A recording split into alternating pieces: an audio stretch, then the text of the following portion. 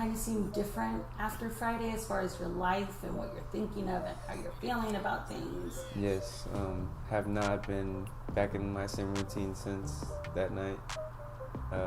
Everything feels like it's not real. Like, I still to this day think like, wow, like this is happening right now.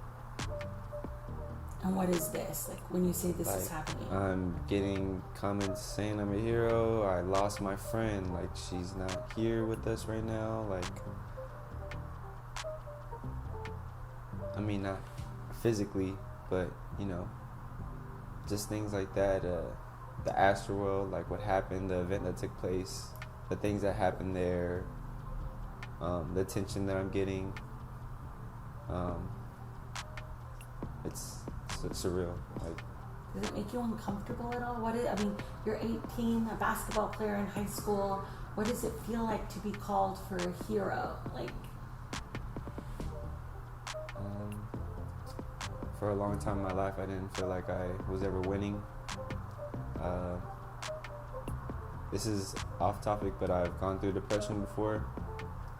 I've definitely dealt with it, and for people to like recognize me and actually care about who I am and call me a hero, it's like, it's a big difference. But you know, it's bittersweet because I had to lose something in the midst of it, and go through that tragic event.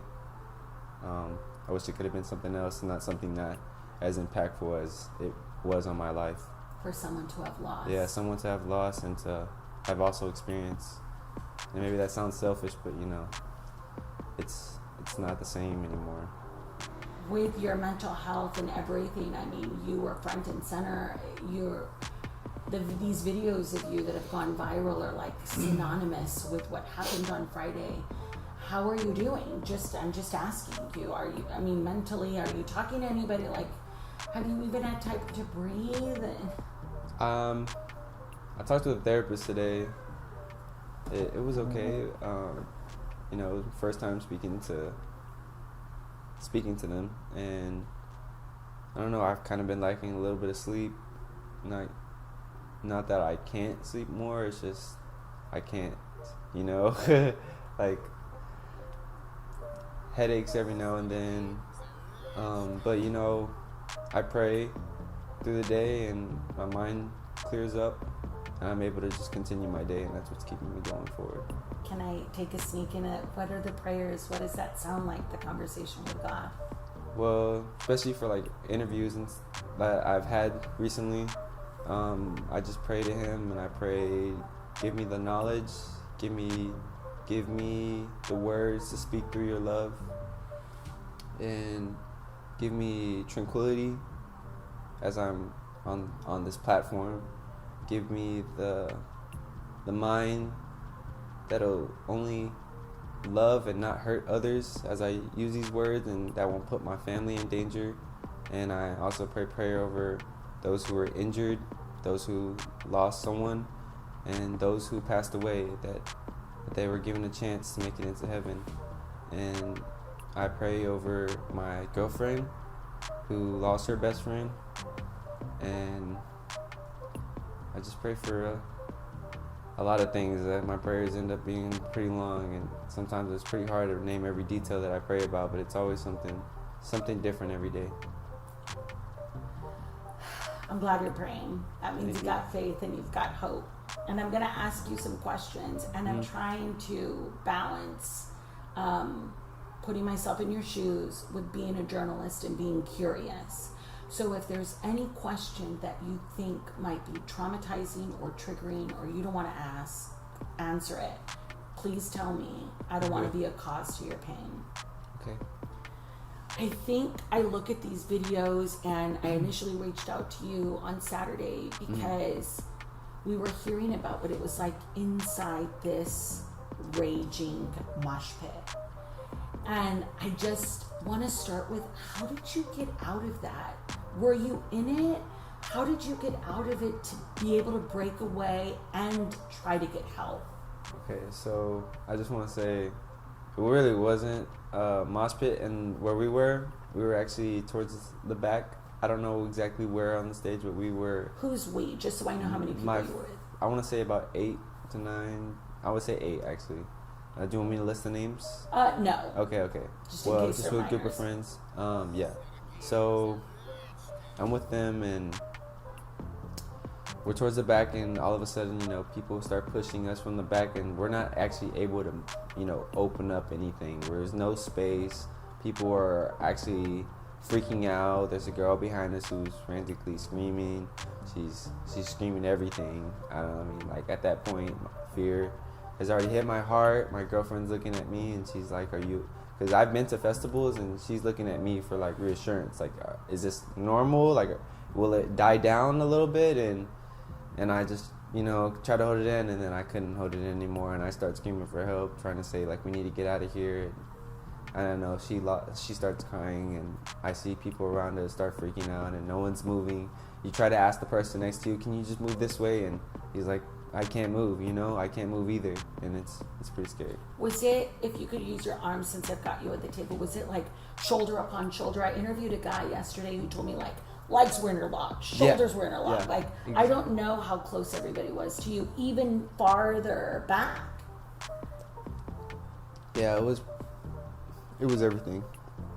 It was shoulders to your face, hands over you. Like my girlfriend had someone putting their arm above them, trying to use them as leverage to get above the crowd. Like there was people just doing anything they could to just survive, and it was everywhere. So I've got aerial footage just to show people who weren't there what it looked like, the crowd, and also Travis Scott. If I was looking at the stage, and I have this aerial footage looking at the stage, where would you and your friends have been? Okay, well, can they see the table? Yeah. Okay, so this is the stage for me, and there's like a little center through right here. We're on the left side, like towards the back. One more time. So you were on the left side towards the back. The center would have been where? I can't. Yeah. Oh, okay. No, just on the table. Like if the center of the stage was there. Okay, if this is the front, this is the back, and this is the center, we were probably 3/4 back. Yeah. And so how much of a distance was it? Like, could you easily see this camera operator's platform? Did you have to really run to try to find help? So I actually had to get out first before I could even. It took me a long time to get out before I could even get to the cameraman. Do you want me to tell you? Go back to what I'm. Okay. So basically, people behind me fell down. Me and Bree and X were around that circle, and as the first layer of people who fell down happened, we ended up falling down on our backs, and people ended up falling on top of us. And they couldn't get up. No. I couldn't get up for the longest. No one really could get up. There was no one moving. The music was going, and people were jumping and dancing, and mostly the people in our area were just like trying not to fall in, but you can't help it when the ripple effects amongst the crowd is like pushing people in on top, and you're just like suffocating. You're like counting your last breaths. And you did too. Yes, and I went to a state where I accepted that I was gonna die. Yeah. What does that even mean? It means that I didn't really see a way out. I didn't see a way out. If only God could help me in that scenario. And that's exactly what happened. I prayed to Him, prayed for Him to accept me into heaven. Accepting Him as my Lord and Savior, and forgiving my sins. And I prayed over my friends and family and my friends that were there, that they would make it out safely. And I at the end asked Him if maybe I can continue, if I can have another chance and to live by Him. Begging for your life, essentially. Yeah. And He gave me a second chance. How did you get up? What did it feel like? Did someone pull you? So the music had stopped, and that's whenever someone moved off of my face, and I was able to see someone I recognized. Like feet are on your face. I would say body, because there was bodies on me. There was definitely feet on my hands, because I had small scratches, but they're not that bad. But there was people on top of me from toes to head, and my feet were stuck under people. And whenever the person moved off of my face, because it was pitch dark, I saw someone I knew. His name was Jerry, and I stuck out my hand to him, and he grabbed my hand and he pulled me out. And I thought my leg was gonna snap, so it was because my shoe was wedged in between someone, and I just, it wasn't hard to let go of my shoe, so I just tried to like point my toes, and he pulled me out. Thankful to him, and that's what happened. And then. Actually, that's not what just happened. And I saw another girl who I knew. Her name's Odalis, and she actually noticed me first, and she said my name, Ayden. She's on the other side of the barricade where is basically the safe zone, and she basically screamed for help for people to come pull me out, and someone gets out before me, and then like I start moving my way, and then they pull me out, and my first instinct is to go get my girlfriend, who's being carried by someone. So amazing. I feel like I owe them so much. They saved my girlfriend's life. They held her up, and I mean they held her up for a long time, because that entire time when we separated, as I was falling back, I recognize his face. I just haven't been able to get in contact with him, but I asked him, like, can you please pick up my girlfriend, like, please, and he just looked at me, and he nodded his head, and he looked at her, and she's like, has those eyes where she's asking as well, and she's saying it, and he picks her up, and he carried her that entire time. I seen her whenever I got out of the barricade. I went back to go see like who else is in there and see if that she's okay, and she was still up just like a little bit above the crowd surface, and I just screamed, get that girl, get that girl, get that girl, and people just, tons of heroes just helped pass her over, and I got it. In case they're watching. Yeah. What do you say to them tonight? Man. Thank you. I'm so grateful.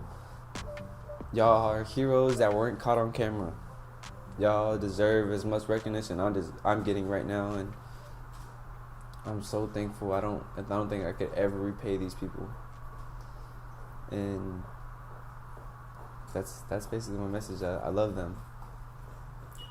And so you're describing this chaotic scene. You're trying to tally your friends. You're watching your girlfriend literally rise and be saved by these strangers. There's so much happening. You're hurt, you're scratched, it's disorienting. What caused you in that moment to go get help? Piece to me the videos that we do have on camera. There's so much for you to focus on. I don't understand how you were even thinking about others in that moment. So I took my girlfriend to a safe spot, and that was actually near the ladder because there wasn't a lot of people walking around that area. And as people were getting out, that was kind of like where the designated exit area was going to be. People were going to the right, but we went left. We went by the ladder, and I'm just trying to calm her down because she's shaking, she's crying. Yeah. And she's asking me where her friends are at, and I don't even know where they're at, truly. And I'm thinking I want to go back to go see where they are, but there's not enough time. There's time is ticking, and any decision I make is very critical. And so I think the best way that we can save them is by making the show come to an end or stopping it. And so I see the cameraman, and I see a walkie-talkie. I see him doing his job, and I have some knowledge that in plays, they have cues hey, this is a cue. Hey, this is a cue. Traffic's about to do this. You need to do this. This is a signal. Go do this. I'm just thinking maybe he has some type of touch with him, but it's not really his fault. It's not really his fault. And even though I went up to that cameraman and asked him if he can, stop the show, tell him to stop the show, the show needs to end, I do realize he probably wasn't even trained to do something like that. There probably wasn't even a set limit. Hey, if you guys see anything going on, you guys need to let us know. Totally. He probably thought I was one of his fans trying to be crazy, sure, trying to get on stage, and I know there was fear in my face, but I give him that benefit of the doubt, and I just don't think he deserves the threats that he's getting. Yeah, and I'm going to try my very best to just not have to mention him because Yeah. he was doing his job and Yeah. I don't have the opportunity to ask him. Yeah. So I'm focusing on you, but like, I mean, people were yelling at you to get down, you and Sienna to get down, like, don't listen to them. Like, what you did, I get how you feel about a hero and stuff, but like, what you did took guts and courage, and there was so much that you could have focused on, rightly so. But why inside of you did you feel like you needed to climb those stairs and scream for help? I just felt like no one else was gonna do it, and it would save Bree, and it would save those people that were beneath my feet, laying there as people were jumping. That it would probably give them a chance for the paramedics to get through, and people would have passed them over like they passed over my girlfriend, and how they let me through. What did it feel like to not be heard? It felt like sad, but like majority of my life, how I felt like I've never been like listened to, you know, and how many other kids feel like they're outcast and feel like they're not being heard in many other scenarios. People who are trying to make a statement and people laugh at them and tell them that they're wrong, or tell them that their opinion isn't valued no matter what they are, woman or man, young or old, that everyone's opinion does matter. And I was just another victim of people thinking that my opinion doesn't matter. And I mean, I forgive them. I forgive them because not everyone was in there to understand what I went through, and not a lot of them were raised correctly. And you know, we have so many false idols in front of us that convince us that they're more important than saving someone else's lives. And it's not their fault that they've been somewhat hypnotized or convinced or fallen for this this trap of like a mindset of where you think that this is more important than human life. Have you watched the videos of yourself? I've watched it like the first day, and I haven't watched it that many times. Is it like out of body for you? Like, yeah, I sometimes I look at it and I just try to think like what was going on in that moment, and like every time I look at the video, I think of there was a kid who was like sticking his middle finger up at me while he was recording, and that's who I was talking to in the video. And I always think of like that moment. I was like, bruh, you can't help sometimes. You've mentioned her, Bree. I know you went to Heights High School. Brianna Rodriguez did too. She was at the concert with you. She was at the concert with us, yes, and she was enjoying herself the entire festival up until that moment. She talked about how excited she was to see Drake, because there was a lot of rumors that he was going to be there. And we were thinking, like, we were just naming a bunch of people, like, what if Kanye's there? What if Drake's there? And a lot of them were like, oh, Drake just dropped CLB, like, he might be there. And she was like, oh, I'm going to go crazy if he's there. And kind of just hurts. She had fallen in that pile with you think? She did. I heard her. I heard her asking for help and saying that she can't breathe. Have you spoken to her family?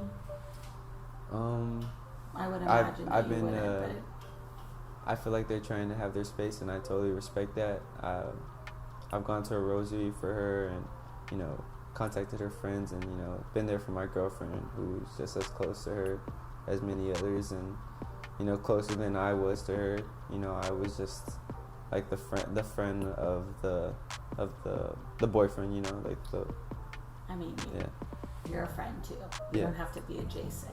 As I wrap up, you talk about, you know, the guy with the middle finger and lack of humanity, and I feel like hindsight's 2020. We can look back at this and we're like, what was everybody doing trying to get closer for a video of two people on a stage? I totally get all of that.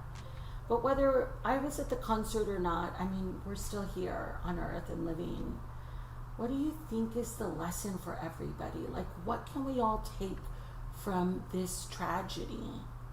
Can I have a few seconds to think about that? Absolutely. And as you collect your thoughts, it's just people are shocked that this happened. Like, these are people, this is humanity. But we've gone through quite a lot in this country. Times have changed, coronavirus. We live in like a me state.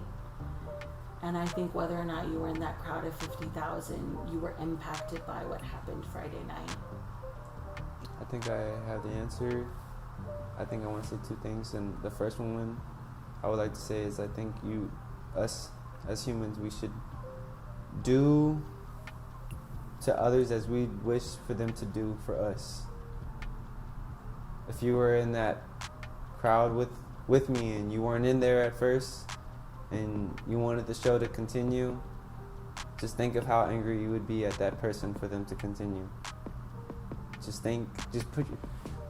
Stop thinking about yourself and put yourself in others' shoes. Take a moment to realize the privileges you have and just take a moment to be in somebody else's shoes and try to reason with them and listen to them. Because you'll never get anywhere without listening to people. That's like the number one thing to communicate is to listen before you answer. Because you're not really listening if you already have a response. And another thing I would like to say is preparedness. I thought I took all the precautions before this festival. Being prepared, like with the map and all the places we were going to go before, and having our arms around the girls to protect them and all sort of things like that, and trying to be in the back just so that we wouldn't be in the mosh pits.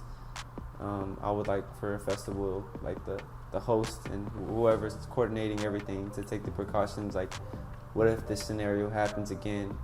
How do we handle it? Who's going to communicate with who?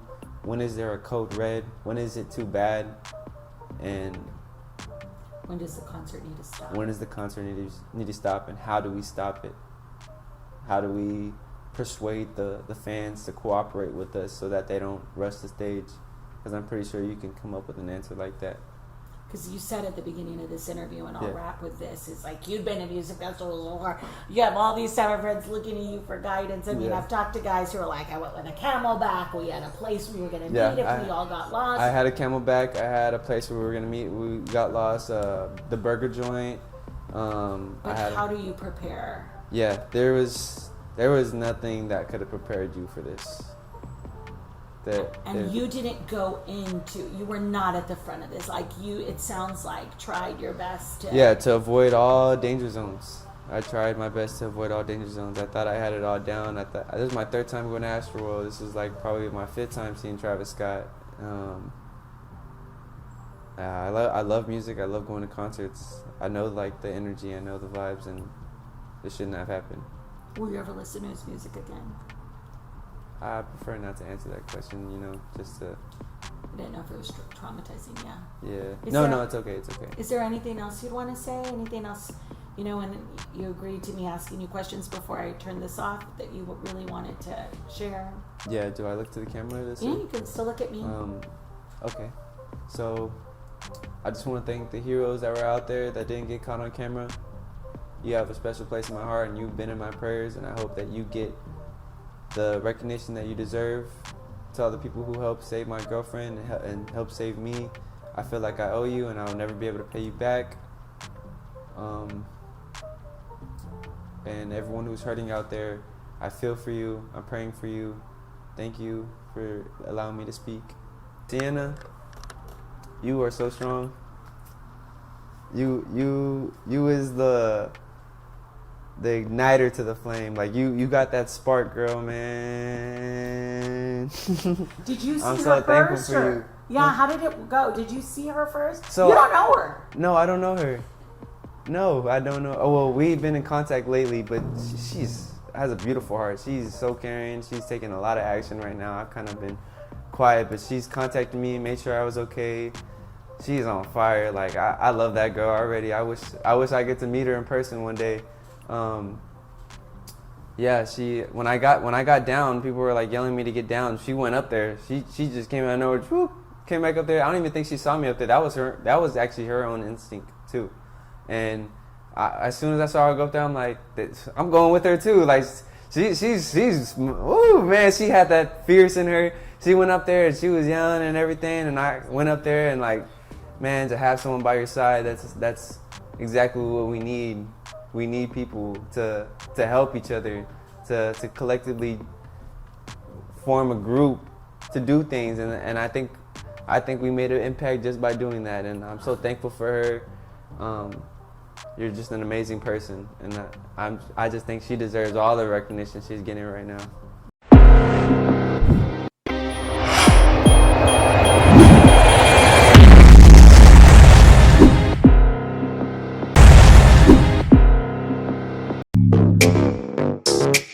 Woods, pretty face, but I'm known for hitting drugs. Yeah. Got him like, too good. To the yard, he ain't never leave his pretty on God. Broke, too good. Real boss, nigga got the woods, pretty face, but I'm known for hitting drugs. Yeah. Got him like, too good. To the yard, he ain't never leave his pretty on God. Broke, too good. Real boss, nigga got the good. Real boss, nigga got the